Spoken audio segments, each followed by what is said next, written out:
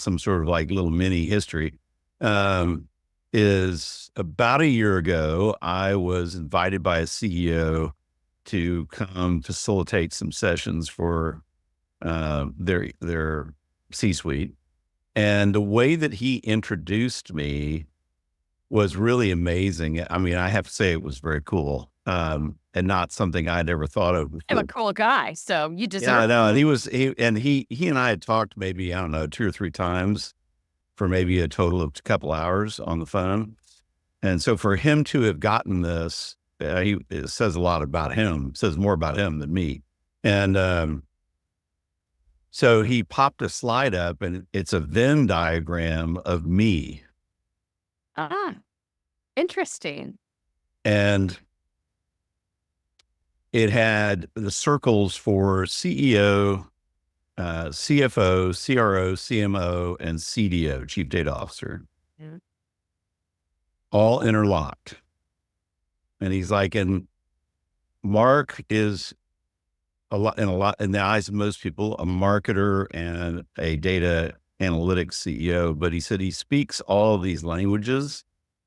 And so he's very fluid in moving back and forth between these different languages, sort of like a person who speaks multiple European languages. And in the side of one conversation, he or she says stuff in Italian and Greek and German, right?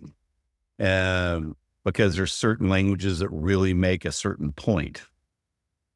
And he said, that's Mark. And he says, so Mark is here as kind of our UN translator, Ah, I love it. you That's know? great. Yeah. And so that is actually, kind of like at a more existential level, at a strategy level, right? That's me, Yeah. right? And a great example of that in real life, right? In that meeting was, they were using the word predictive, Hmm. but you could tell if you were listening that they were using the word predictive with very different definitions of predictive.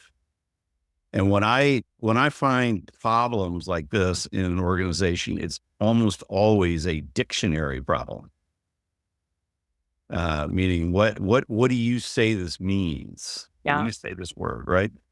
And so on the data analytics side, the data science side, predictive means, in the context of most of the work they do in machine learning, hey, we have found a pattern in the data, and based on that pattern, we can say that the next fill in the blank, the next step, the next Oh, whatever, right? That's predictive. However, when the finance guys say predictive, they mean a forecast, right. preferably a causal forecast that tells them what is probably going to happen several months, maybe even a year later, Yeah. given certain parameters, certain factors, right? And I said, guys, those are two very different meanings of the word predictive. Yeah. And it was a real epiphany, you know? Well, you know, the human side of that is the perception of meaning, right? Right. And I mean, you take a look even at marketers and CROs and sales, and they're going to lead qualify, which is a component of prediction. Um, we are just completing and presenting this morning a big segmentation research study on behaviors for a very, very difficult audience to attract. So now we have set ourselves up for a little bit more of predictive analytics based on the insights, the behavioral insights we learned that we can better, move down the path. What I love about this, very off the cuff conversation here is that the more marketers understand business in general so that they can have these conversations from finance to sales to CRO to product development, to the data scientist, and they can really lean in and be a part of the conversation, the more respected they're going to be at the table. Oh, And, 100%. and Yeah. unfortunately, there are, a lot of CMOs out there. Um, and I say this with love and respect that are CMO by title only.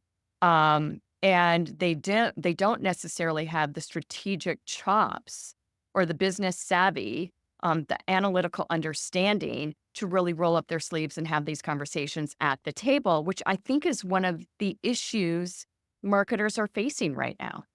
Oh, it's a huge issue. Actually, it came up when I did all the hundreds of interviews with CEOs and CFOs for my book. Um, One of the memes that they share with each other, right, to great guffawing and but sarcastic, Yeah. very sarcastic, is these, stories of marketers using business terms very self-importantly, right? And getting them completely wrong, Yeah. right?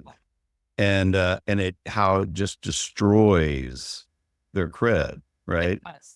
And so it's a yeah, I mean, there's so many reasons for the dysfunction that exists there, and it is very co-owned. It It's is. like just like any relationship Yeah. anywhere, you know, any marriage, anything, right? It's a two-way street.